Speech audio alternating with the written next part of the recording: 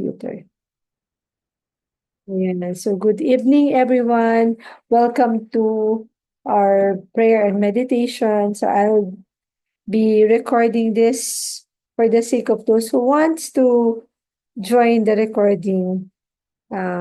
Kasi hindi sila available for tonight. Okay, so hindi pa rin tayo Facebook Live kasi ano pa, hindi pa kaya ng powers ko. Ganun. Sobrang busy because of the event na Night to Shine. Well, anyway, we just thank the Lord na we still have this meeting kasi we really need to pray together. Napaka-importante ng prayer. So, let's go to our meditation. Actually, ang ganda ng topic natin ngayon. Ayan. So, our topic for tonight is focus. Ayan. Kailangan natin yung focus, especially pag sobrang dami, daming ginagawa natin, as in, super, super dami talaga. Diba? Parang, as a mom, as a worker, as a wife, sobrang dami, no? As a teacher, kasi nagtiteach din tayo ng anak natin. Tapos, as a member of community, so, we really need to focus, ganyan. Magpo-focus talaga tayo. So, mag-sharing question tayo. Tatlo lang. O yan, may madadagdag si Tanet. Share. Let's share. So, you can unmute yourself or type it in the chat box. Share 1 to 3 techniques that you are using in order to stay focused. Okay. Paano bang ginagawa niyo para maging focus kayo? Ayan. You can chat it in the chat box. Okay. Or para ma-accomplish nyo yung dapat nyo ma-accomplish. Ayan. Kasi dami, dami talaga natin dapat gawin, di ba? So, share naman kayo mga techniques nyo dyan. Okay. Ako personally talagang lagi ko nire-remind yung sarili ko na one at a time. Kasi sobrang dami. So, pagka inisip ko lahat at the same time, parang nakakaloka yun. Ayan. Sabi ni Mami Wina, first things first po, always reminding myself kung ano most important at the moment. Tama ka naman dyan, Mami Wina. Sabi ni Mami Cathy, make notes para walang makalimutan. Maglagay ng alarm, especially taking meds. Naku, importante talaga yan, Mami Cathy. Wag na wag, lalo na kung it's a maintenance medicine. Talagang religiously kailangan mo yan gawin. Oo, nakakalimutan. Ako din, lagi ko nakakalimutan mag-take ng vitamin. Ganun. Minsan nag-vitamin na ba ako? Nakalimutan. Mga ganun. Wala pa naman akong maintenance medicine. Pero minsan, yung vitamin na lang nakakalimutan pa. So, si Mami Tonet. Hi, Mami Tonet. Welcome. Welcome to the group. Ayan. So, if you have a technique para magstay focus, you can share it, you can type it in the chat box. So, yun. Yun na nga, ako personally, lagi ko nare-remind sarili ko, one step at a time. Kasi ayoko din naman overwhelm. So, tama yung ginagawa ko din yan, Mami Kat.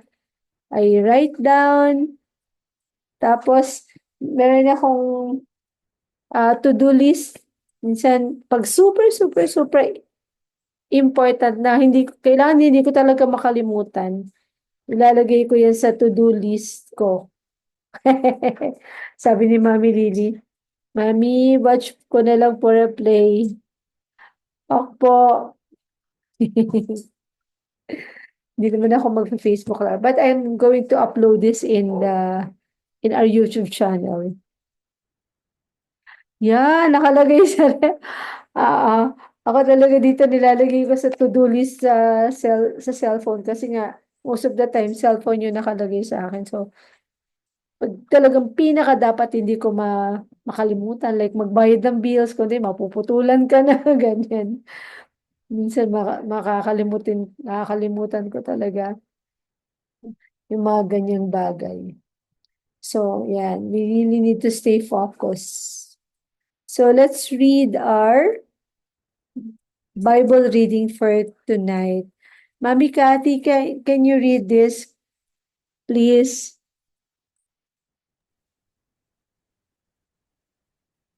First Thessalonians chapter 5, verse 5 to 8.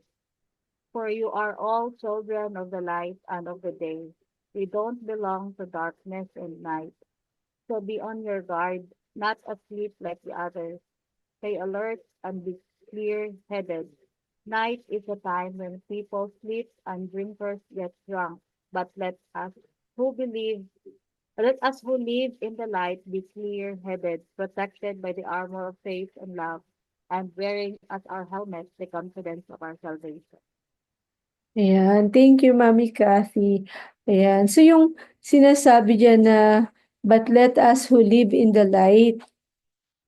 Okay, sino ba yung mga living in the light? Tayo yon. If you believe and put your trust in the Lord Jesus Christ, then you are in the light. Kasi Jesus is the light of the world. So as a believer, yung tawag natin, believer, stop yan. As a believer, no, those who believe in the Lord Jesus Christ, we need to really stay alert. Yan, isa mga bagay na kailangan natin gawin. Stay alert, be clear-headed. Kaya nga tonight yung talagang topic ko is about focus. Sige, ako personally, kailangan ko to, yung maging focus. Dapat walang makakalimutan, dapat stay on track, stay on what we're doing, ganyan, yung mga important, kailangan wag makalimutan, mga ganyan. Although hindi natin na-perfect lahat, but still we're trying to do our best na makapag-focus pa rin sa mga importanteng bagay. Ayan. So, since focus yung ating topic, so what is focus? According to ano, to Google, ganun, Google University, ang most common definition is a center of activity, attraction, or attention. So, wala akong makita, naghahanap ako ng na talagang gusto kong definition. But ito lang yung nakita ko parang pwede, mas pinaka pwede. So, sabi dyan, a center of activity. Attraction, attention. Yan, attention, pwede pa. Okay. Pero ako, ito yung tatlong parang concept, personal concept ko of focus. Una is a center point of attention na talagang yung attention mo nandoon. Meron kang isang bagay na talagang you are giving your full attention to. Next is, focus is to concentrate on most important thing as of the moment. Ayan. So, di ba, minsan, as of the moment, ano ba yung pinakakailangan mong gawin na talagang kailangan i-focus mo yung sarili mo, i-remind mo sarili mo na you have to do it. Like for example, yun nga, yung pag-inom ng meds, especially if the meds is maintenance med. It's really a priority, right? Hindi dapat makalimutan. Yung nanay ko, ang isang ano daw sa kanya ng doktor, kasi ano siya may diabetes siya. Tapos, ang dami niyang iniinom na gamot. At ang payo ng doktor sa kanya is, para wag niya makalimutan yung, na mag-drink ng meds niya, is to put all the meds on the table. Para pag daw kakain, bago kumain, nakikita talaga niya na nandun yung mga meds at hindi niya makakalimutan. No? Ibig sabihin, pinapa-focus ng doctor yung eyes niya na nandoon yung medicine para ma-remind siya na, oh, need pala uminom ng ganito, ganyan, di ba? So, yung ina-address doon yung eyes niya, na dapat makita niya yung meds. Ayan. So, another is to be gathered to accomplish better. Ayan. Kailangan talaga, ito lagi ko nire-remind yung sarili ko nito. Tapos, madalas, kapag hindi ko to nagagawa, yung to be gathered, ibig sabihin, i-gather ko yung mga bagay-bagay. Mas nahirapan akong gawin yung mga trabaho ko.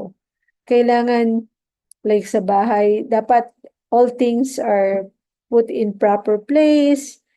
Tapos yung table, dapat clear lang siya.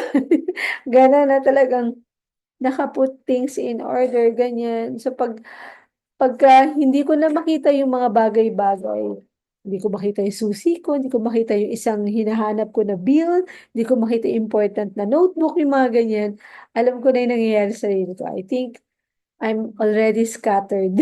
Hindi na ako gathered. Scattered na yung mind ko, scattered na yung mga things.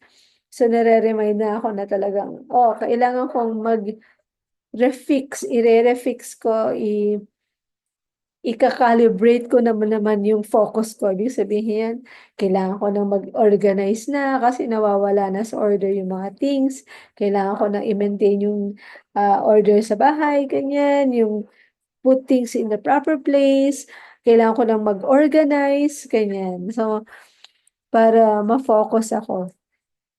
So, actually kasi sabing gano'n, ako personally, no, the worst enemy of being focused is being scattered. Nakita niyo yan? Yung parang ang gulo-gulo ng bahay na yun. Parang, parang amin yan. Parang ano ko yan ngayong bahay ko. Hindi naman ganyan kagulo, pero yung labahin, nare-remind ako, no? Although kakalaba ko lang, pero ang dami ko pa rin labahin. Ang daming labahin eh. Tapos ang daming mga kailangan ligpitin. So, the worst enemy talaga of being focused is being scattered. Kailangan talaga natin mag-organize organize yung mga bagay-bagay para makapag-focus talaga tayo. Kasi di ba ang hirap kumilos, ang hirap mag-isip pag sobrang gulo or cluttered ng mga bagay-bagay. Although yung iba, parang mas nakakapag-isip sila pag magulo. Ganun yun, no? Hindi, like, yung mga artist, naman parang sa atin ang gulo-gulo pero sa kanila talagang yan yung mga proper place ganun yan yung proper order pag mong gagalawin yung isa diyan kasi magugulo yung buhay nila, di ba? May mga ganyan. So sabi dito sa Philippians 3:13 to 14, brothers and sisters, I do not consider myself yet to have taken hold of it. But one thing I do, so take note, sabi niya, one thing I do. So na talagang napaka-focus, no? One, the power of one at a time. Sabi niya, one thing I do, forgetting what is behind and straining toward what is ahead. I press on toward the goal to win the prize for which God has called me heavenward in Christ Jesus. So, ang nagsulat ito si Apostle Paul, talagang naniniwala siya sa straining towards what is ahead. Kahit ano pa yung nasa past niya, accomplishments or whatever, forgetting everything na nakalipas na, and focus on what lies ahead. So, ganun siya ka-focus na talagang is heading toward his goal in life. So, napaka halaga, napaka-important, napaka-strong kapag tayo ay focus sa ating mga goals, sa ating mga uh, planning to do, wanting to accomplish, kesa dun sa scattered tayo masyado. Parang, hindi, alam mo yun, yung parang hindi mo alam kung anong gusto mo, hindi mo alam kung anong uunahin mo, hindi mo alam kung gagawin mo ba to o hindi. So, ano bang, remedy? What's the best remedy if you are so scattered? Siyempre, um, alamin natin yung mga priority natin. Sige. So, let's fix our focus. Kailangan i-fix natin yung focus. nawawala na tayo, na out of focus na, dapat tanungin na natin yung sarili natin, what is the most important thing for you? What is your order of priority? Ano ba yung pinaka-importante na kailangan mong gawin talaga? Ano ba yung priority mo in life? What is your priority? Ayan. So, makita mo yung mama na yun. That man is so focused. Talagang intense ang pagka-focus niya sa isang bagay. So, paano nga ba natin yan gagawin? Ito, let's set our priorities right. Ano ba dapat yung priorities natin? Pinaka-importante, number one, syempre yung relationship with God. So, nakita niyo yung hagdanan na yan. Tapos, papunta doon. So, pag alam natin kung saan tayo papunta, then we need to set, ano yung pinaka-importante sa atin? Of course, number one is relationship with God. Kasi nga, sabi nga, kung wala si God, parang, alam mo yun, parang suntok sa buwan. Nagpapakapagod ka, nagpapakahirap ka ng walang dahilan. Ganyan, no? So, let's set our priorities right. So, number one talaga, si God. Sabi nga, seek ye first the kingdom of God, and all these things shall be added unto you. Okay, syempre, pangalawa sa priority natin, ang family natin. Walang, ano talaga yan, napaka-importante. Our family, napaka-importante. Ang anak natin, mga anak natin, ang asawa natin, napaka-importante niya mga yan. No? Number three, kung nagtatrabaho ka, syempre, work. Pangatlo lang yan. Hindi pwedeng mauna yung work, tapos si God, tapos ang family, o hindi rin pwedeng mauna yung family, tapos si work, tapos si God yung pangatlo. Dapat may order talaga yan. Hi, Teacher Grace. Okay. Then, pang-apat is yung serving others or ministry. So, yan. Yan yung mga tamang priority. Pag na kabali-baligtad yan, medyo may problema ang mangyayari. Kasi mahirap pag nagbalik-baligtad yan. Pag nawala na sa focus, nawala na sa priority, nawala na sa right flow yung buhay natin, then diyan nagkakaroon talaga ng mga problem. So, let us set our priorities right before the Lord. So, before God, before men. Siyempre, seek ye first God, seek first the kingdom of God. That's number one. Relationship with God. Priority natin talaga yan. Second, family, then work, then serving others or ministry. So, kailangan natin ng strength to focus on ano ba yung God's will para sa atin. Okay, ano ba yung gusto ng Lord na mangyari sa atin as individual? For that, may babasahin ako. Ha? Ano lang yan?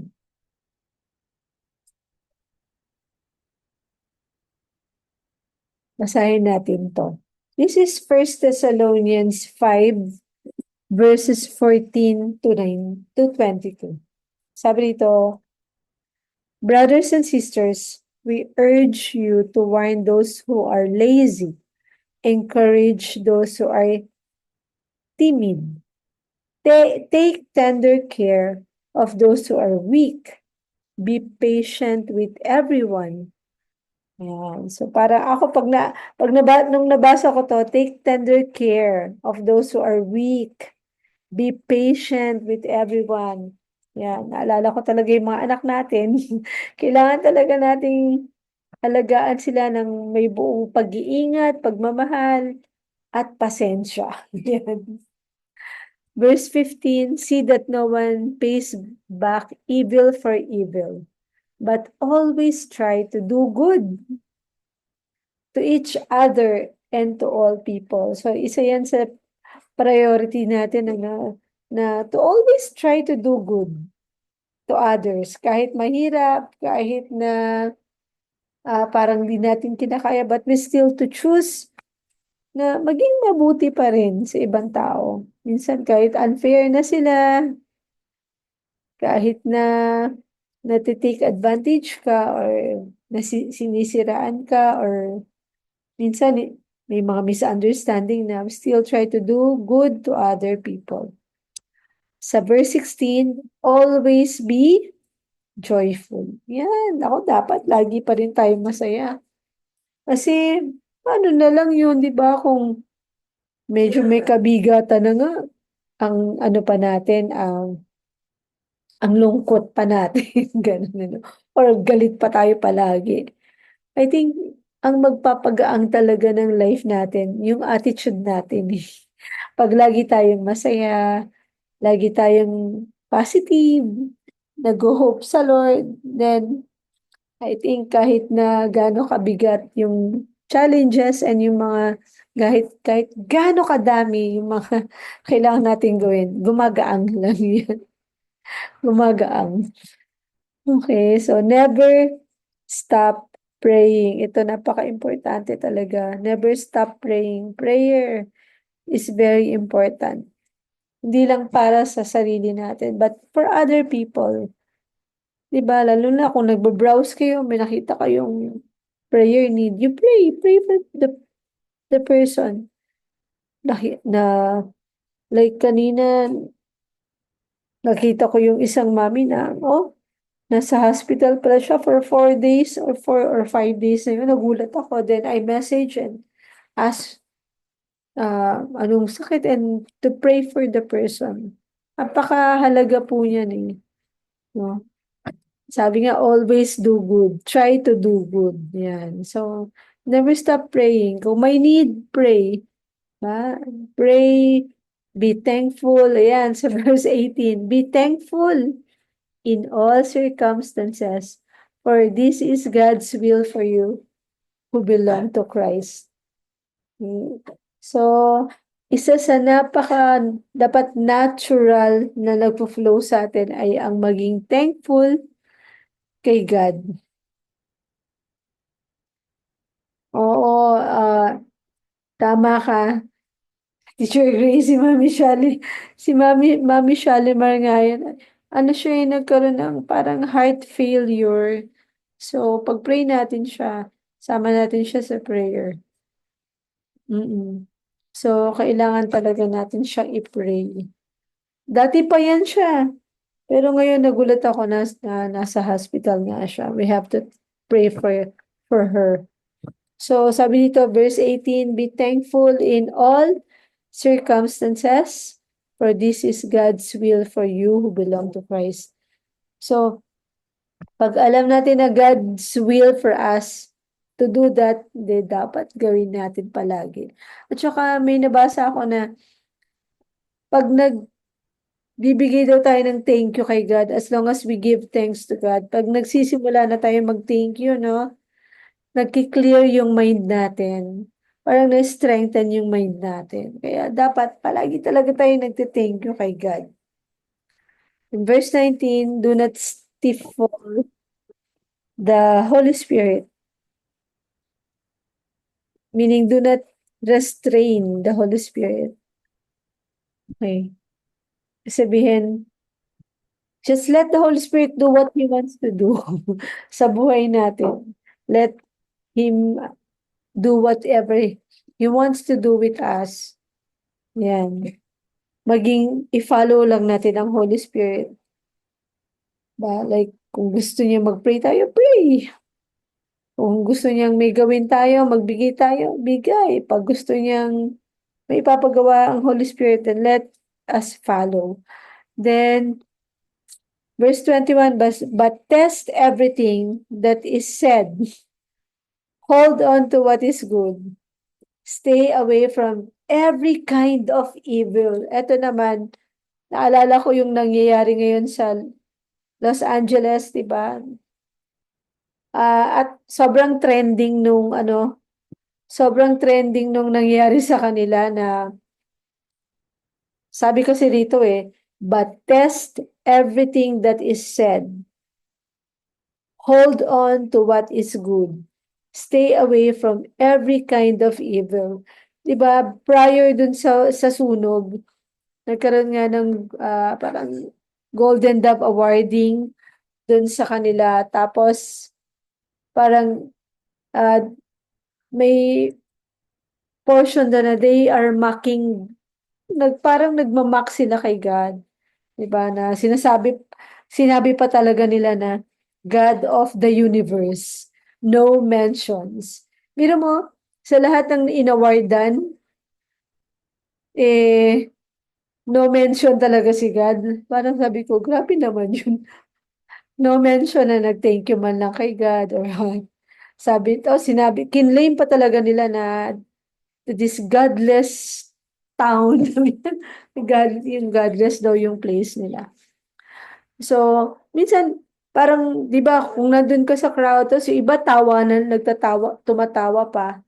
Minsan, kailangan talaga nating i- i-test yung mga naririnig natin.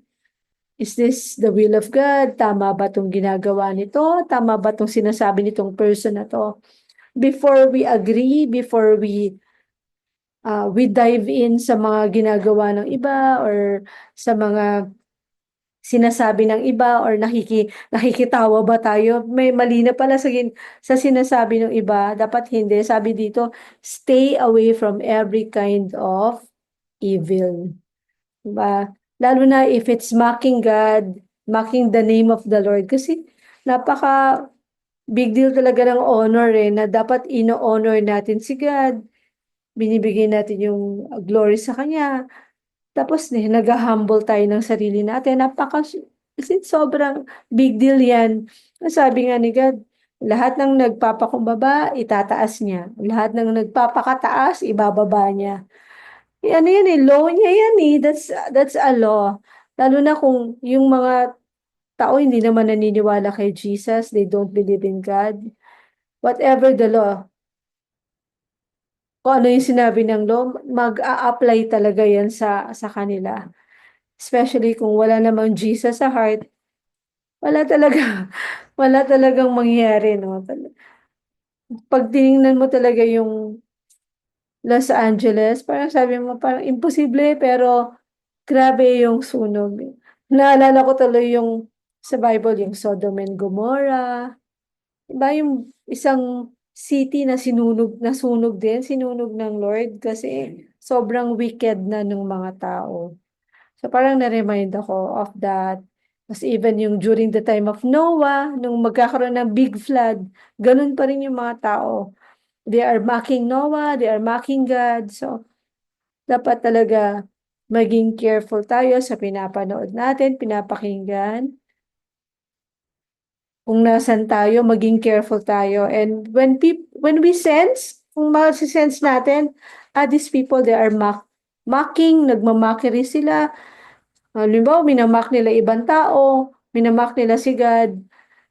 Kasi minsan hindi lang si God, di ba? Yung ibang tao minamak or parang they put down others or what. But, di ba, masisense mo yan, then you don't join that. We don't, join in that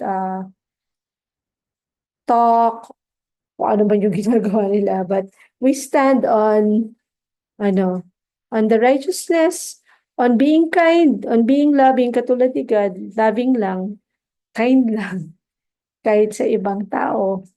'Di ba? So, we stay that way kasi reflection tayo ni God Yung light ng Lord nasa atin. So, yun lang po. And now we are going to pray, spend time in prayer. Ayan. Pray tayo. Teka. Napakahalaga ng mga prayer natin for tonight. Okay, let's pray for... Yan. So, let's pray for our awesome kids. So, Mommy Cathy, can you lead us in praying for all our awesome kids? Ayan.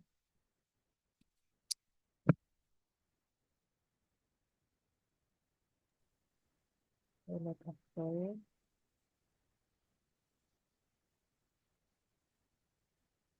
Father God, we praise you and worship you. We give thanks to you, Lord God. Thank you, Lord, for the precious life of our children. I praise you, Lord, for every improvement of our kids. Lord God, we commit to you, Lord, our awesome kids, and we entrust their lives in your hand, O Lord God. Lord, touch them from the inside out. Restore to them, Lord, what they have lost. Their speech, if the kids regress, Lord God, touch them, oh Lord God. And also, Lord, watch over them, guide them, Lord, cover them with your divine protection. And Lord God, we declare improvements in every area of their life, their skills, motor skills, life skills, cognitive, and also, Lord God, progress in their social skills and their speech, Lord. Lord God, thank you that you promised the kids, Lord God, that you are with them every step of the way, Lord God. Wherever they are, Lord God, I believe that you are with them always. Amen. Yes, Lord. God, give these kids focus and also mind clarity, Lord God. Remove every fear, Lord God, in their hearts. Replace Amen. it with trust in their parents, trust in their caregivers, trust in their teachers, Lord God, and let them feel your presence so they are no longer be scared of things, Lord. Lord, I pray for healing to those kids who are sick right now and declare that by your stripes and by your wounds Amen. Yes, they Lord. are healed. Declaring also, Lord God, goodness and mercy shall follow them all the days of their life. Declaring blessings and good health, lesser to no tantrums, wholeness, and also shalom peace. In Yes. Jesus' name, amen and amen. Amen. Amen. Okay. Teacher Grace, can you lead us in praying for the parents? Pakisama mo na si Mami Shali for complete healing from parang heart failure to eh. Sana bigyan siya ni God ng bagong heart na lang. Yung si God na lang yung magmimilagro sa heart niya. Ito, share ko lang, no, before tayo mag-pray. Alam ba yung estudyante ko, last year, 4 years old pa lang siya noon, magfa-5 na siya ngayon. Ngayon yung mama niya, mga 25 years old, ganyan. Hmm. Alam mo ba, last month lang namatay, Teacher Jo. Bakit? Kasi may heart ano din siya. Oh, Tumaba kasi siya, tapos may heart, di ko alam kung heart failure, anong sakit niya, basta something sa heart niya. O oo. nagulat kami, last month lang yun, namatay siya. Tapos parang naalanganin nga ako magpunta doon dahil in-unfriend ka. In-unfriend kasi niya ako sa Facebook. So isip-isip ko, ano bang nagawa kong kasalanan sa kanya na in-unfriendan niya ako? Kasi hindi na nga siya tinanggap sa school. Na, alam mo na, desisyon nila. Ako teacher lang ako. Pag tinanggap, di sige. Kasi medyo aggressive yung bata. Hindi nila tinanggap. Ngayon siguro masama loob niya. So sa akin siya na in-unfriend niya ako. Kaya nung nakaburol siya doon, sinabihan ko sila, Tete, sabi ko, yung mag-go ba tayo doon? Sabi niya, hindi, wala man tayong kakilala doon. Kaya alam mo na, yung ano din siya. O di din ako nakapasyal. Pero naawa ako kasi 21 years old pa lang yata siya or 22. Tapos yung anak niya, 4 years old pa lang. Tapos yung asawa pa niya ay seaman. So di ko alam ngayon kung kanino siya ngayon, sa lola ba dito na side or doon sa papa na side. Sa tingin ko hindi mo pwedeng, ewan ko lang sa papa niya kung mag-decide siya na yun bang i-give up na lang niya ang work niya. Syempre, kailangan niya yun sa therapy kay magastos. O sige na, yun lang, share ko lang. Pero naawa ako kay, yung pag sinabi kasi yung heart-heart, naku, yung syempre mag-ingat tayo. Take care Na, of themselves, Jude. lalo na yung mga na parents, tayo parents, medyo prone tayo sa mga ano kay, alam Oo. mo na yung ma-stress ka, yung nanagpis mo, yung ano Totoo. mo, yung hindi mo pa accept, yung isisi mo pang sarili mo, yung mga ganyan. So, ano lahat. Tapos may iba ka pang mga anak na asikasuhin, hindi lang siya, may asawa ka pa, may mga relatives pa na wala namang, yung bang wala mang support na maibigay, puro lang lait-lait, mga ganun. So, prone, siguro, pag gano'n, prone ka talaga tayo talaga. So, kaya tibayan talaga.